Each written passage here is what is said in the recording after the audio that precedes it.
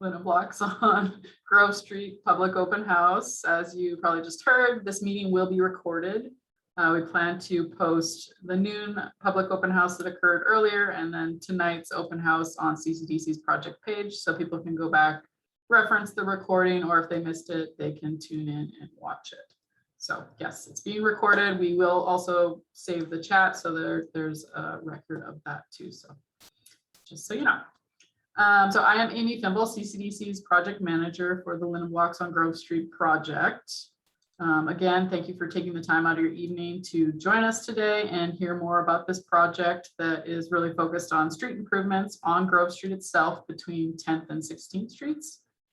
Just as some background information, CCDC kicked off this project back in fall of 2020. And we recently completed a 10-month-long visioning process that was spearheaded and led by Agnew Beck Consulting. During the visioning process, we heard from business and property owners, residents, the general public. We did 2 public surveys during that visioning process. And also we coordinated with partner agencies on what improvements they wanted to see for this section of Grove Street. In July, the project transitioned from visioning into the concept design phase. And now we have the design team led by GGLO and also HDR.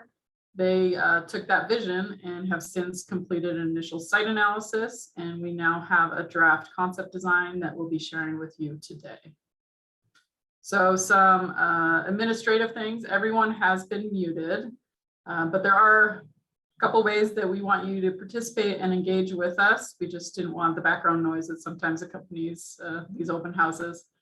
So the first way is through the chat function, which is on the bottom of your screen. Feel free to type any comments in there and I'll be moderating that throughout the presentation.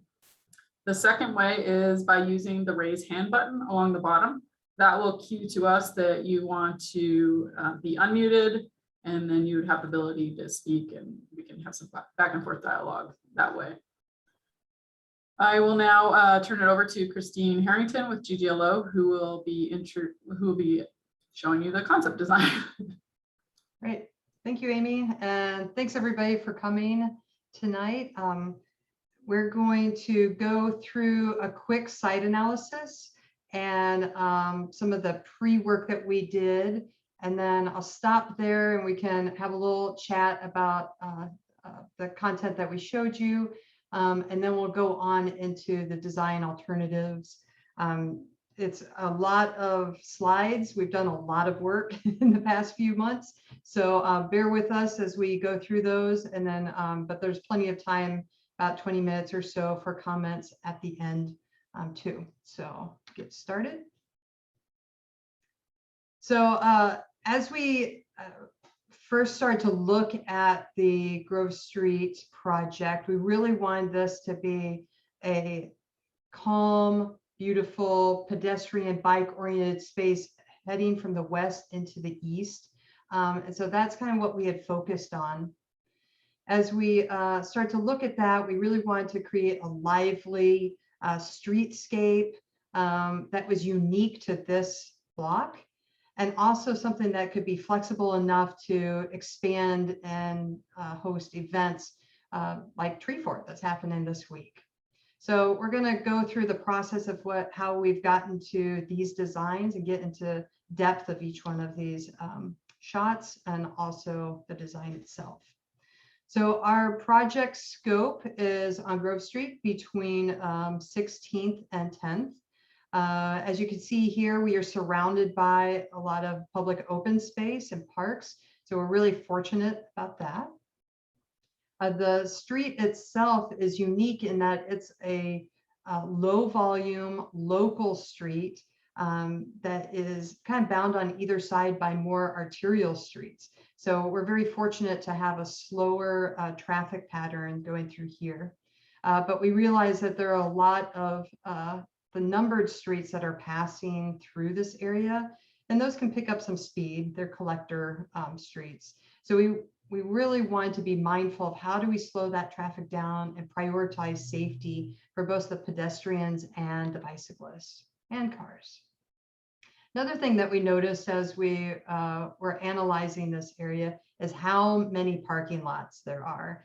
And so everything in the yellow dashed boxes, that's all parking. So you could see that it's very vehicular oriented and ripe with development. In fact, there's 3 project sites, the ones that are in solid red squares, that are on the boards right now being designed and feasibility analyzed for new development. So we know that these blocks are going to really transform over the upcoming years.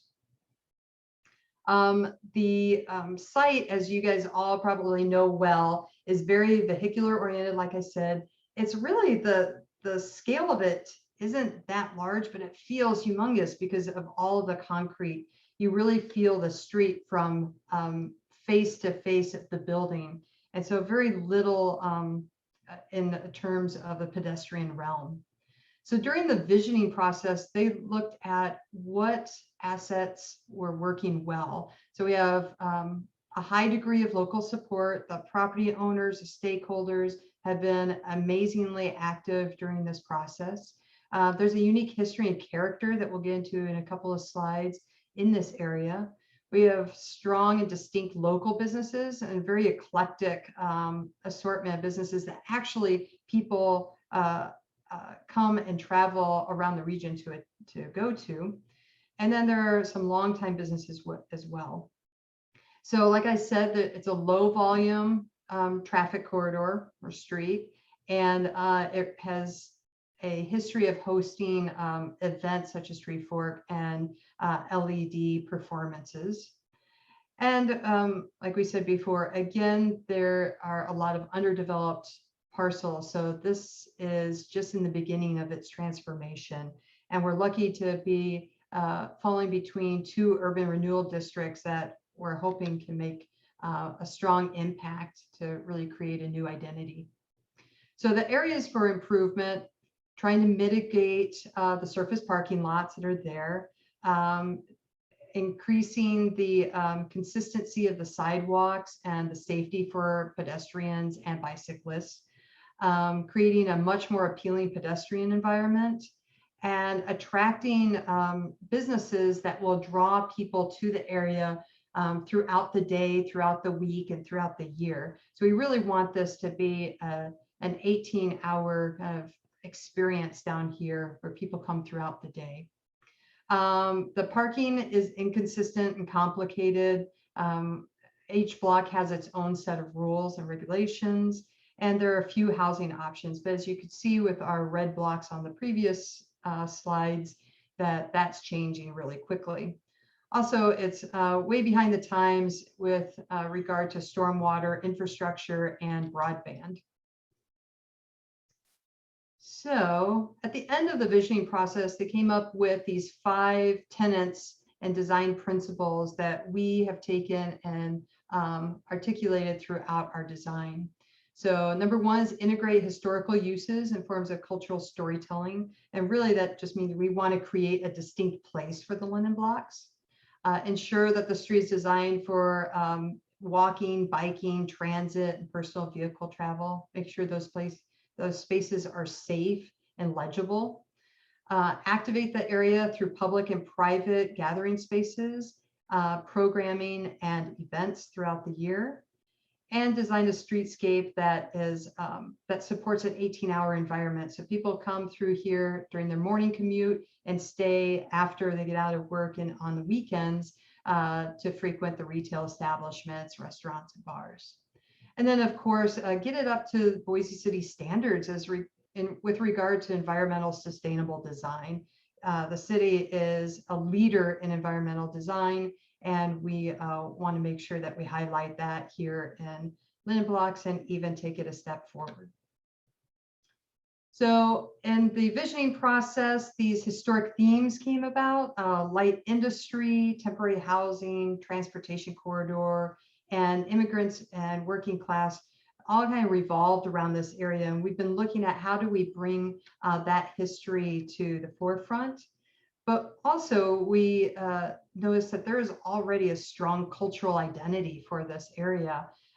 This area is known to champion emerging ideas and new styles and invention through the Treefort Musical Festival and also the Road to the X Games with Road Skate Park.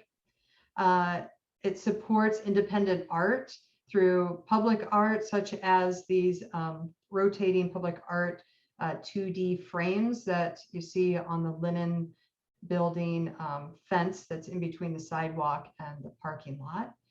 And eclectic retail, like we talked about before, where people are drawn to this area to go to those spaces. And then really one of the main elements is repurposing. So the old becomes new again. The Linen Building, the modern hotel, and Second Chance Building Materials all really stem from this idea of how do you create new things in kind of a historic area. So we understood what the goals of the site were and the project. So now we start to look at other successful streetscapes and what makes streetscapes really successful and active. So we looked at not only your streets here in Boise, for example, 8th Avenue, but also streets in Seattle and San Francisco and Portland. So we did case studies of all of those and found that there are some common elements in all of those streetscapes that make them really good streets. So now our mission is to come back to you in a few weeks with a final design that's kind of checked off as many of these elements for a complete street as possible for the Grove Street.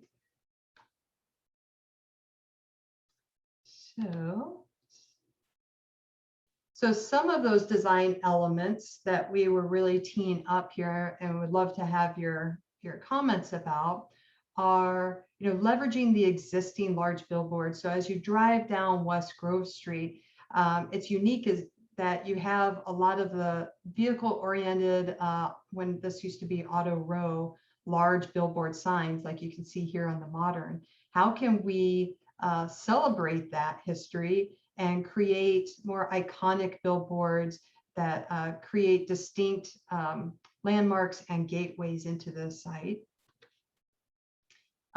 Building upon the existing public art that's already there, expanding the public art frames that we had discussed previously. We're also coordinating with City Arts and History to look at these art ports, which are basically podiums that can host rotating sculpture, rotating kiosk or informational pieces throughout the site. So it's really gives an opportunity for emerging artists to have a platform, literally a platform, to show their work at a pretty low cost. And then what I'm really excited about as well is we have the opportunity to showcase a neon sign collection by a private citizen who has all of these historic Boise neon signs, and creating an outdoor neon sign museum, very similar to this one in Edmonton, Canada. So really hoping to find a space for these and to highlight this and really bringing people from all over the city down here in the evening to experience this outdoor museum.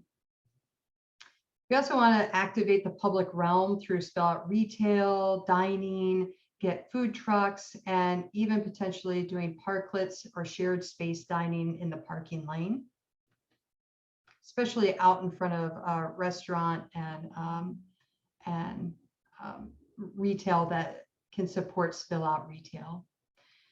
Now, all of that is a lot of color and activity and changing elements, and not unlike a gallery, we wanted to make sure that the pavement and the materials are pretty subdued and classic, taking cues from the Linen Building to create a very simple material palette that kind of fades into the background and really allows the public art, the neon signs, the events to take center stage. So we're looking at specialty concrete pavement through a series of scoring patterns and potentially some integrated color, and then an asphalt bike lane. And that's really it as far as pavement goes. Very simple, very classic. We're also proposing unique site furnishings in this area. So looking at concrete benches and movable seatings for parklets. And also, since we have this bike lane that runs right through our site, bike amenities such as bottle fillers and bike lean rails and bike racks and fix-it stations.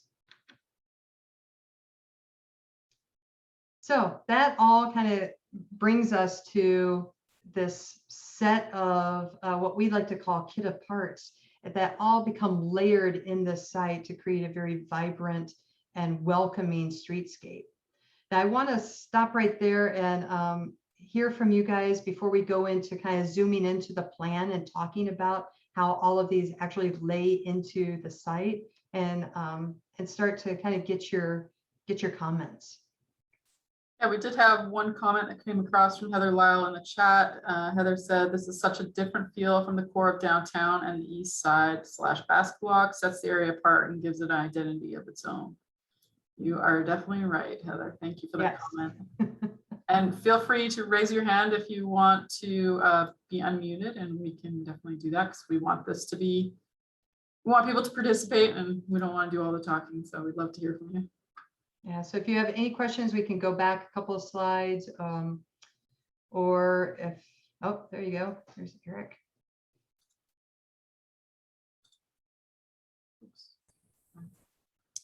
Hi, Eric. Thanks for that presentation. The image that we're looking at right there, I know to the right is Crazy Neighbor and the liquor store where they have that angled in front end parking. How do you propose to address that? Because I would imagine where that lady's walking right on the right hand side there, people would want to be driving to park. Yeah, I can, when we get to those sections, you can kind of see how that frontage starts to look. But we're looking at a couple of different options and that we're working through with CCDC and also going to be working with the property owners right there. But really what we would like to have and what we need to have is a consistency, right? And so you're right, there's going to be, maybe I'll just go forward here and show you. Actually, Eric, do you mind if I circle back and hit that section and we can unmute you when we get there? Is that Yeah, okay? no problem. Okay, so hold on to that. Any other questions?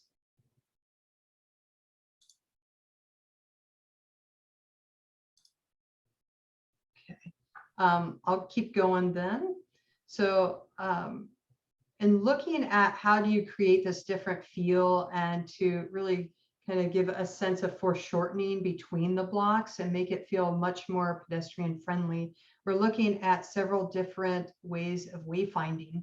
One of those are with trees. So we are proposing to have trees that are different at each of the intersections to create a sense of a gateway and landmarks as you pass through the site and also give you a destination as you're walking down the street.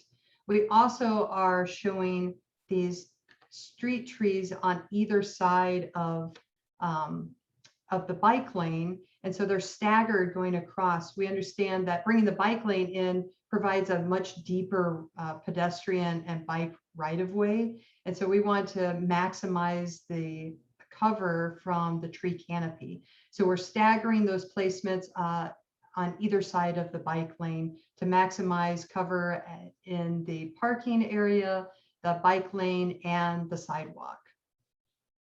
As we zoom in closer, you can see that we're also, let me grab a little annotation tool here. We're also looking at multiple traffic calming strategies. So one is creating these elevated intersections. So as cross traffic comes through here and even along Grove, you're going to have to ramp up to the elevation of the sidewalk to go through these intersections.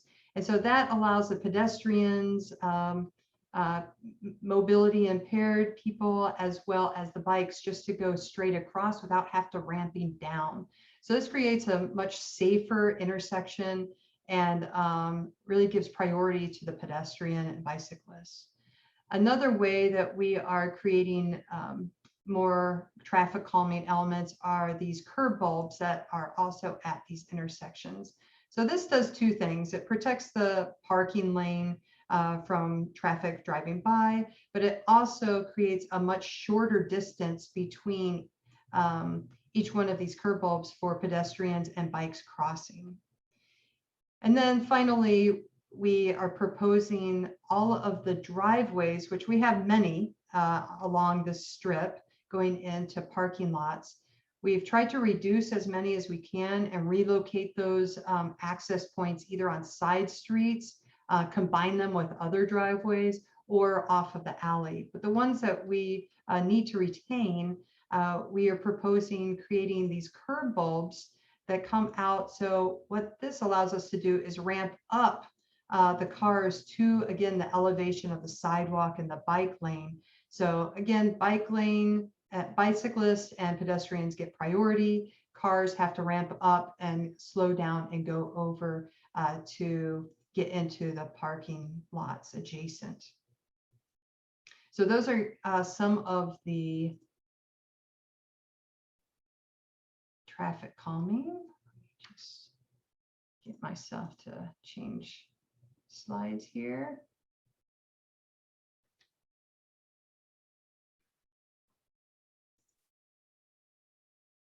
There we go. Up, got too fast. There we go. So what this starts to look like in cross section helps you understand this a little bit more. So we have been able to carve out 8 feet of sidewalk on either side, and that's consistent all the way down. Currently, the sidewalk ranges in widths from 4 feet to 8 feet throughout the site. But this gives us a consistent 8-foot sidewalk with then a 5-foot planting and site furnishing area that buffers the sidewalk from the elevated bike lane that's at the same elevation as the sidewalk. Then this is showing a curb bulb, so you can see that really nice deep planting that buffers the bicyclist from the travel lane. And then you can see here when there is actually either parking or a smaller travel lane, our buffer still remains at a 3-foot width that buffers the cars from, or buffers the bike lane from the cars. So I'm almost there, Eric, to show you that next area.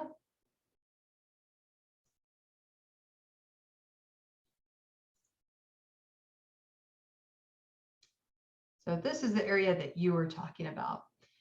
And so what that basically does, if we have that sectional across, it provides a very wide right-of-way here, which does neck down this frontage in between the sidewalk and the building. And so we're working on that to see what can we do in that area to provide, amenity space. How do we expand parking, things like that, that still coordinates with that. But I also want to show this section, we started to look at how can we bring in parklets within that parking zone. And that's also what you saw at that illustration previously, where potential parklets out here in front of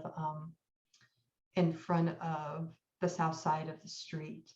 And so these parklets allow spill out retail. Sorry, Amy. I was just gonna say, we're also looking at a back-end parking option on that south block between 14th and 15th, which would allow additional parking stalls than the parallel option. So there's a couple options that we're still exploring for that south side configurations. We're still working through those details. Yeah, sorry for my squiggly line, but that would just mean pushing that back a little bit more, increasing the parking section there.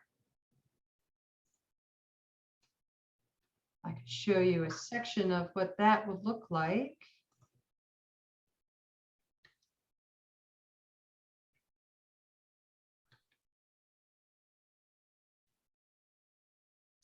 I think it may have skipped. Hang on just a second. Sorry, my internet is, everyone's off of work now and getting their internet going.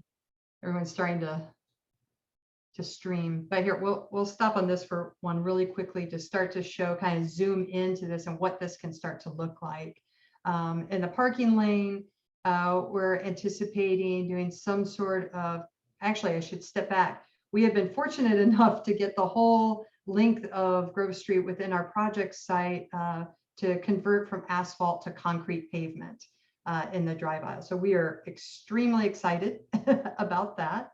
And we're looking at how do we further delineate the parking to reduce the scale, the perceived scale of the vehicular travel lanes. So we're looking at either specialty concrete, and there are different scoring, potentially permeable pavers. So we're still working for that within this area of the parking lane. We also are showing some planting, and you can see these art ports now as we zoomed in with potential neon signs. And again, these kind of iconic large gateway trees. So here's that section, Eric. So we can, if you want to unmute, and we can talk about that a little bit. But you're right. The sidewalk would go all the way up to the property line. Currently, there's a drive aisle that kind of straddles and goes up onto the sidewalk. So that wouldn't be possible anymore. And we're looking at buffering a lot of the parking lots with fences or walls to keep the parking lots and the pedestrians separate and safe. So that, though, provides a really amazing opportunity in front of that building for a large retail plaza. As we're looking at this whole site, we're thinking of it as really a long linear park that is kind of representative in our illustrations. So how do we kind of keep that going and leveraging the space between the sidewalk and the building frontage? Does that answer your question, Eric, or did I? Yeah, I think that's great. I was really worried because that little bit of pavement there that people park on just really makes that street twice as wide as it needs to be, or at least feel that way. And I think making it a pedestrian plaza is a much better use for that. There's plenty of, as you've shown, there's plenty of parking around the area. People can park and walk the half a block to get to their crazy neighbor. Yeah. Yeah. And what an amazing like outdoor plaza area that can become, because it's really quite wide. Yeah, I think that'll be awesome.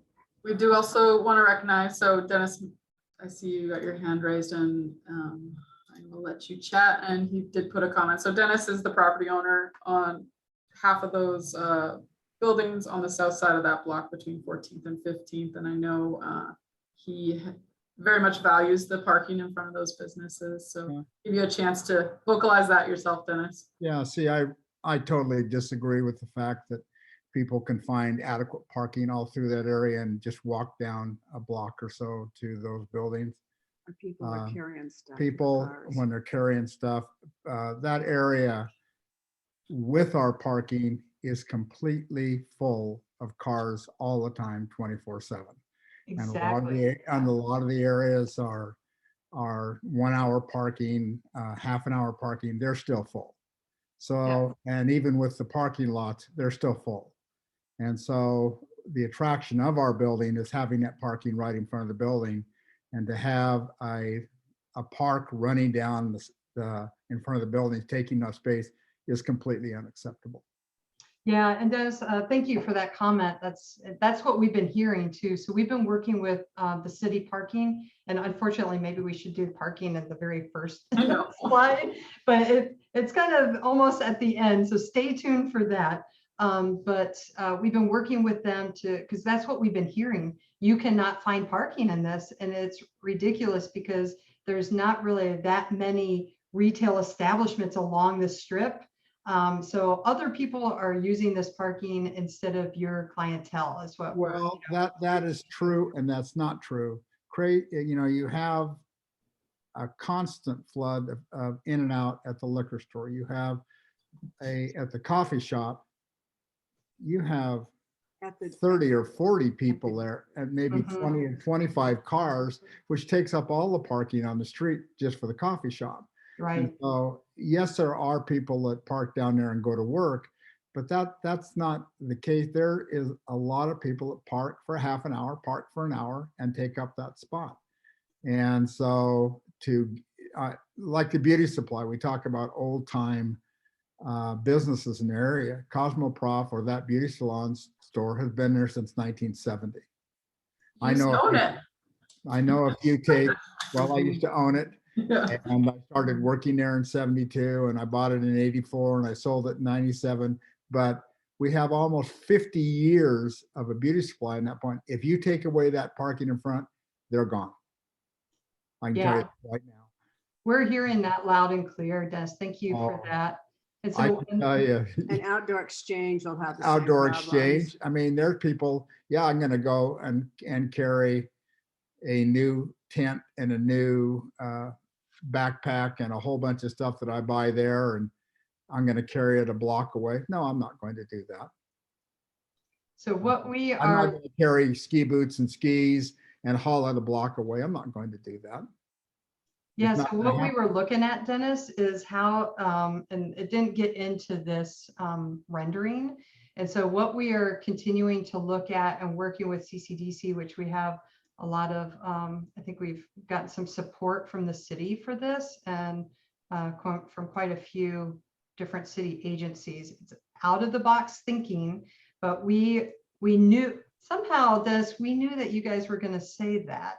And so we had this design that we had started looking at. How do we pull your parking forward so you don't lose that once the city develops all the way up to their property line, right? And so And how where- can we? And where is the city property line right now? Is it on the edge of the sidewalk? Or is it No, sir, it is back further. And so it cuts back in further which way? towards your building. It cuts in Towards- about 5 feet towards your building. Hmm. And so, and that's, I have to say though, with a little bit of a caveat, we're working from GIS documents right now. And so I can't give you an exact dimension. The surveyors are out starting this week actually to start surveying that. So we'll be able to get pretty close, but within a foot or so, the sidewalk comes in, or the property line comes in about 5 feet into that drive aisle that you have adjacent to the sidewalk. And so once all of these improvements happen within the city right away, it will reduce the ability for for the people that are parking there to even maneuver in that area, because it will be sidewalk there. And so we anticipated that, and we drew this, which was the standard, city plan. And now we had this alternative, which I'm sorry, I'm just drawing it in this kind of crude way here with my Zoom tools, but this would provide this back-in parking. So as you are driving here, you stop and then you back in, so you would have access. So it's almost the best of both worlds here, where we are able to maintain a significant amount of parking in this area, almost give you exactly kind of that same feel that you have now. But then it also opens up still this area out in front that would provide, spill out retail. They could have seating, they could have displays, retail displays. And so it's really the best of both worlds, but we're working through that design right now. And we hope to show that to you on the next go round. And we're also gonna have some more like one-on-one and group discussions with Dave Wally and your guys' self at CCDC. We understand that this is a change to how your parcel operates. And so this is just the beginning of the conversations, Dennis and Jody. So I don't want you to feel alarmed. We're definitely gonna dive into this and fully hear any concerns or feedback. So. Yeah, we're excited to see where this can go and if we can make this happen, because you're right, it would be a significant impact, and we want to extend that parking and just create more parking within this area too. But we hear you loud and clear for sure. Good, thank you. Yeah, thank you for your comments. Appreciate And it. it looks like Eric has a follow-up, so I will. Yeah, I'd like to thank Dennis for chiming in there. It's always good to get the opposing view, and I hadn't thought of it. And full disclosure, I've driven and parked and gone to the liquor store, pulled out. I usually ride my bike through here. But I do know that I don't feel safe along that sidewalk there because there's no barrier for the cars there. And I like, Christine, what you had just drawn. It's interesting though, the back in versus pulling forward thing. Can you go over that a little bit? Why is the back end? Yeah. It's a pulling- lot safer to do back in, and maybe I can unerase. Yes, great. So, when you're pulling in someplace, or when you stop to pull in or back in, the traffic behind you has to stop. They see that you stopped, and then you back into that spot. So that's much easier. It slows the traffic down and is a lot safer. And it's even more safe when you're pulling out of a spot, because at this point you can actually look down and see if cars incoming, instead of like having to back up, turn around, and then start doing, almost like a 3-point turn, right, to get you oriented in the right position. And so when you back in, you can pull directly out when you have a break in traffic. So it's much safer. And we actually just did similar approach of parking orientation on 8th Street in front of the post office there when that was reconfigured this summer. I'm actually looking at it right now out my office window. Oh, It's funny. I've parked there and I sit here and I watch people struggle with it. I think it's going to be a little bit of a learning curve. It is for sure. Yeah, and you have to set back those parking meters more, and especially in Boise with all the trucks that people drive, you get bumpers running into those parking meter poles. So yeah, it's definitely a learning curve. It'll take some time to get used to, but the safety considerations are there for it. thanks for that question.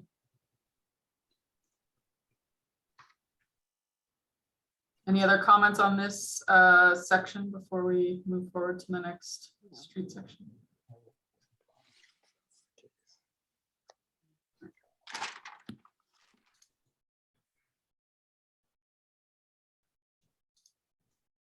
So let me go forward here. Okay, so going to the next block between 13th and 14th. Again, a lot of the same, and you can see how when we have a lot of curb cuts into parking lots, it really disrupts a lot of the flow and reduces the parking. So we are going to continue to try to consolidate a lot of those curb cuts and to create an area that is much more conducive to parking.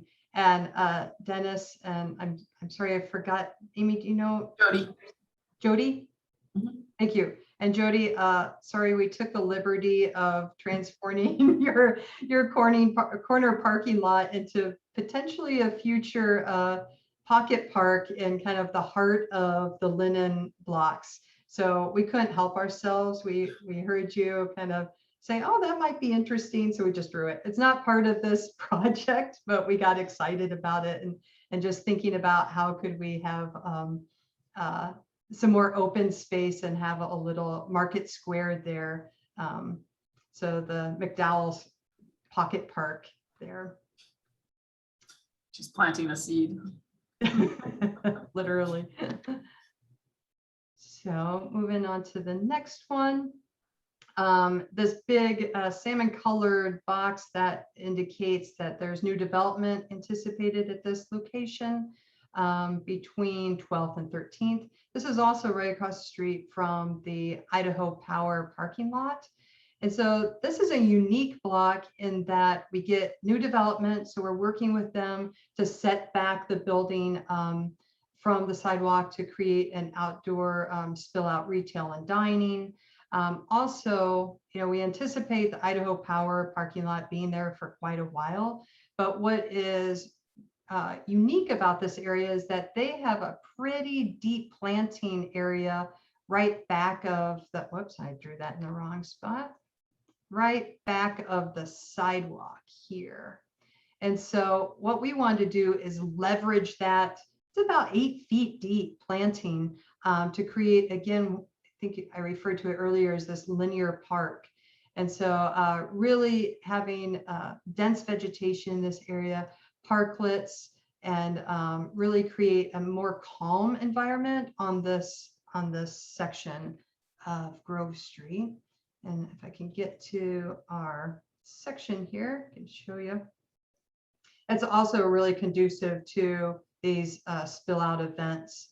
And you can see here, we talked about before the specialty concrete in that drive aisle really makes for a really nice walking environment, and almost like a plaza or boulevard here during events. And so see, you know, the spill out parklets, food trucks, event tents, and then spill out dining from the neighboring businesses. In this section, if I could get it to change. There we go. So this section looks like this. So again, you can see how we're utilizing those art ports to potentially house some of the neon signs. You can see the 8-foot parking buffered from the bike lane. And then in some areas adjacent to where we maybe don't need as much parking along the street, or during events, we can pull in these temporary parklets and take over a little bit of the parking for event seating and or more park features. The next sheet here.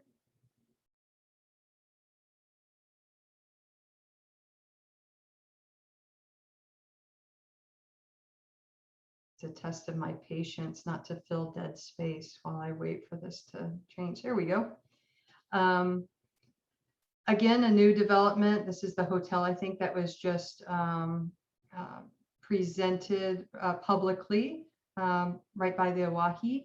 And so looking at, we're working a lot with them for their corner entry and their restaurant bar areas, and to see how we can create an outdoor spill out space for them, and also double up on entrances. So we only have one entrance into this parking lot here.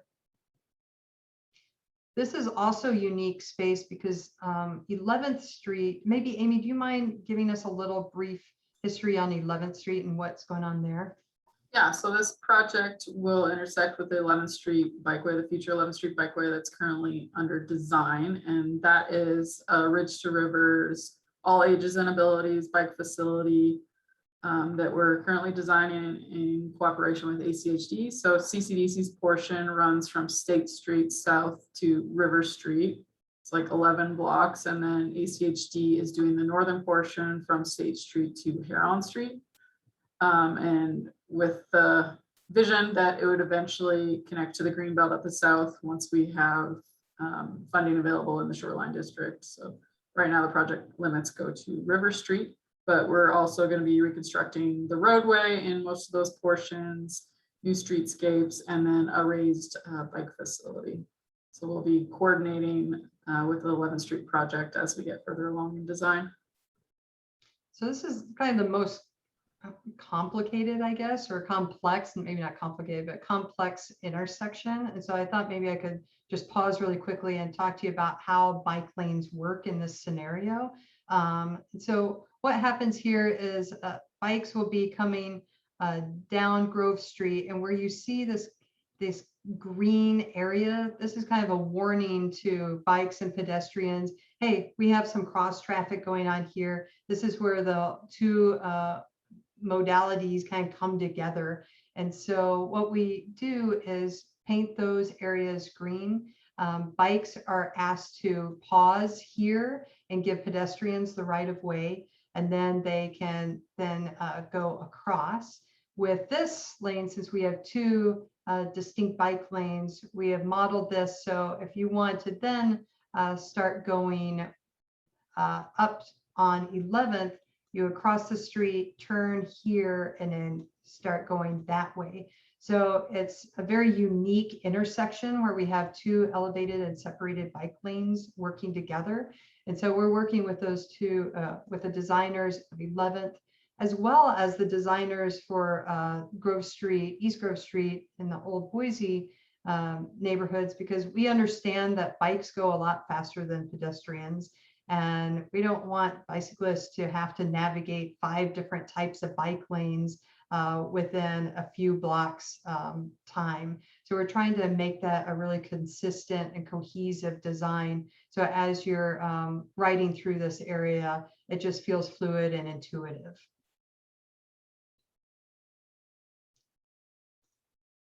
And then I have a section for this area.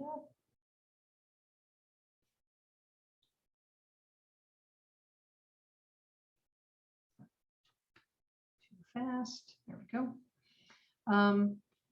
So another thing I wanted to highlight, and you've seen in quite a few of the illustrations, are these planting beds. So it's pretty unique. What we're trying to do here is expand the green to create a better microclimate for this area. And we'll see photos and a description of this, but we have rails on either side to protect the planting from a lot of the pets that will be moving in with all these new developments.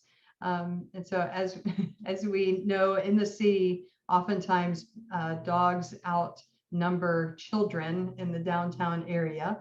And so we really want to create spaces for people, for dogs, and then as well as plant material that can survive in that environment.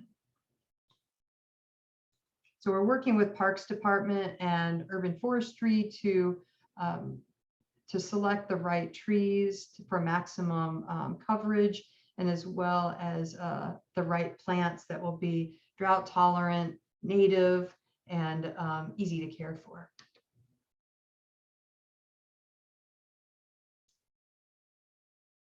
If we can get the next one.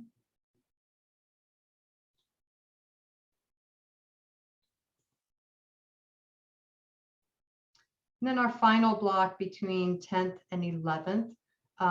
This again is a unique block. We have a lot of existing driveways into garages, and we also have a new development coming in on the south. And so again, we're working with that developer to create a nice indoor-outdoor relationship. And again, creating spaces for temporary art that comes in and rotates through the site, as well as bike lanes and spill out sidewalks, very wide sidewalks along this area for safety, especially through that very difficult driveway access along that side. So now, I think our next slide, yes, parking. So with, our goal was to retain the maximum number of parking stalls we could by, again, consolidating driveways. As you can see, the curb bulbs and a lot of the traffic calming and pedestrian safety measures, it does eat into the stalls a little bit. This count, however, takes into account what is shown in these drawings. It does not take into account, Dennis, the back-end parking. So that would significantly increase the number of proposed parallel parking stalls from 88 to higher. So we'll continue to work through that. Also, we've been working with city parking to say, how can we make this more consistent and create more ability for turnover for those quick swing by, do some shopping, and then get your stuff, load your car, and head out. And so we're looking at where can we increase the 1 hour and 2 hour parking? Do we need to increase the metered parking? We're going to continue to work with the city as well as all of these business owners, because honestly, you guys know best of what works best in front of your buildings. So we do want it to be easy for visitors come down here and do shopping and not be taken up by a lot of downtown parkers that just park and then go downtown to work all day.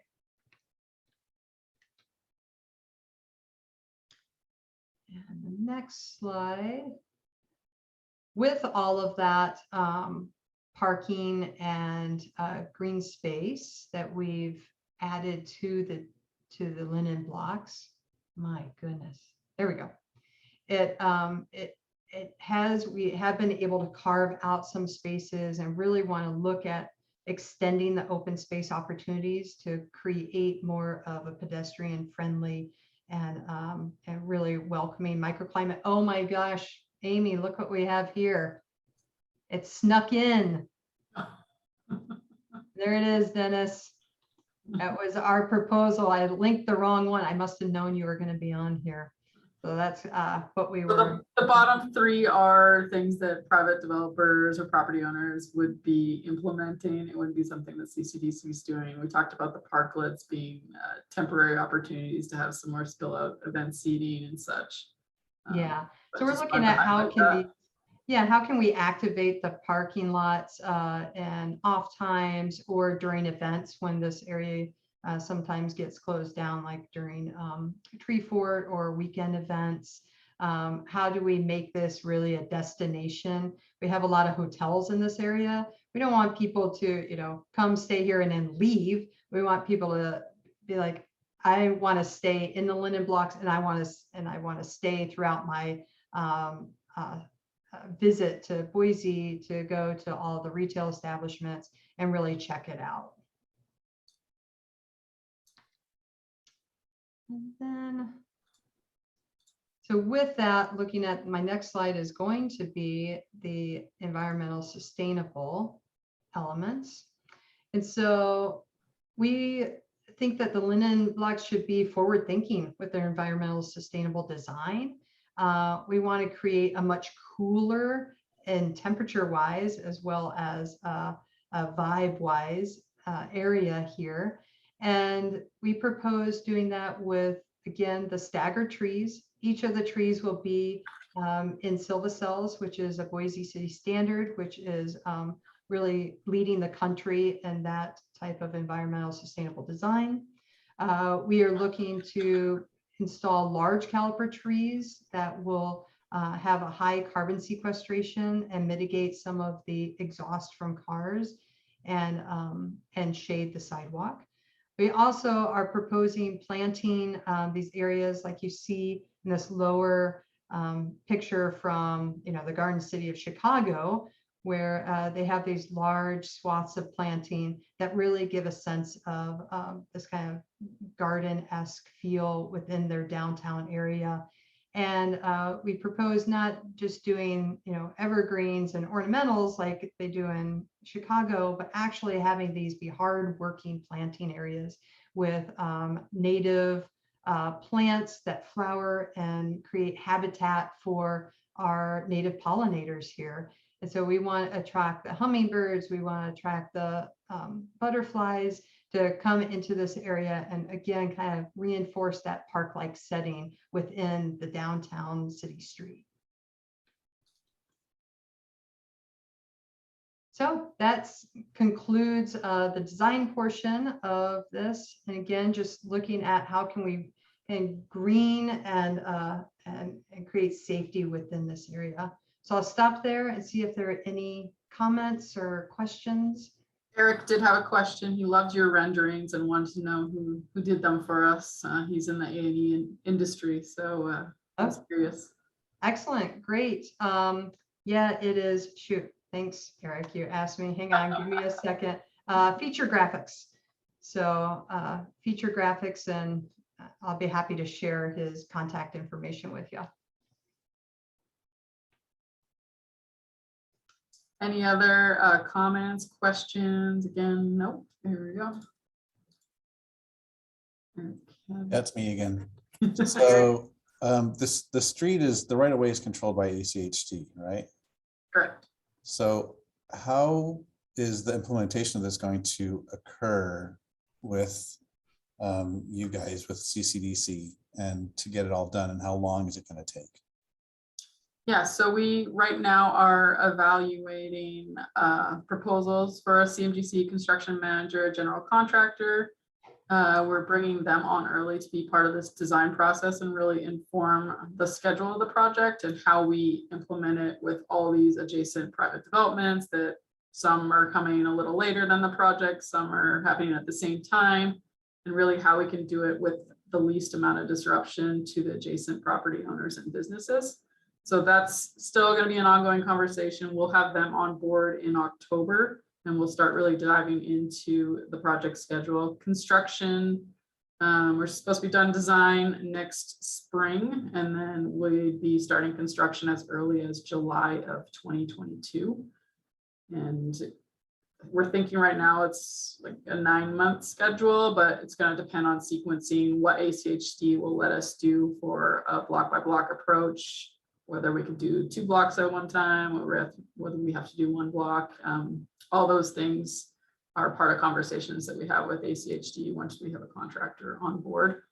But we are doing interagency agreement with ACHD. You heard Christine talk about that ACHD went and directed us to do concrete paving between 9th and 16th Street. So they'll actually be a reimbursement as part of that. So they're happy to be a project partner with us. They're pretty excited.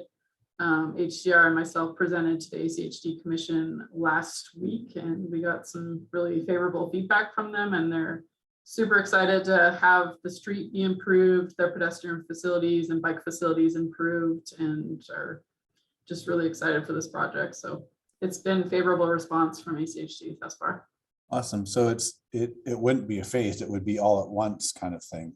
It's gonna be a block by block phased approach. We can't shut down 6 city blocks at one time, so there'll be some sequencing of that.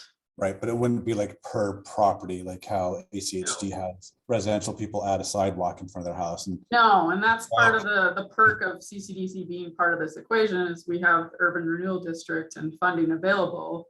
And that's gonna sunset in what, 2025 for River Myrtle Old Boise. And so now's the time to do these improvements. And we're fortunate that some of these private developments are happening at the same time. And so we'll be coordinating with them whether it makes sense for the project to do those improvements in front of their construction, active construction, but some of those adjacent facilities and streetscapes might come as part of the private development side, just because of timing.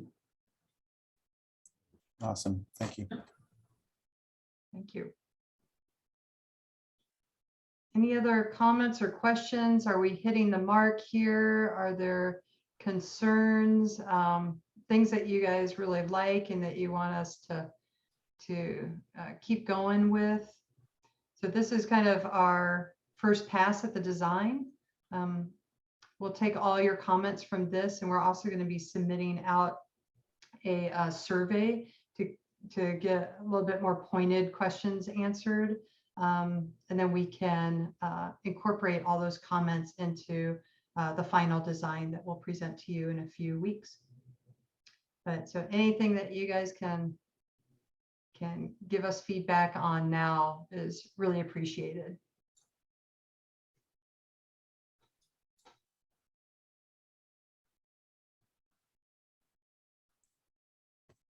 How many people did we end up having? We had 6 participants. We had, I think, 22 in our noon session. Does that sound right, Christine? Yeah, 22, 25. And were the property owners in that one too? It was a mix between property owners, business owners, residents, just people from the public. We have had an intimate stakeholder design advisory committee, which a lot of those property owners have been part of those working sessions, as well as agency representatives. So we've been fortunate to have them be part of the process since the beginning of visioning, really.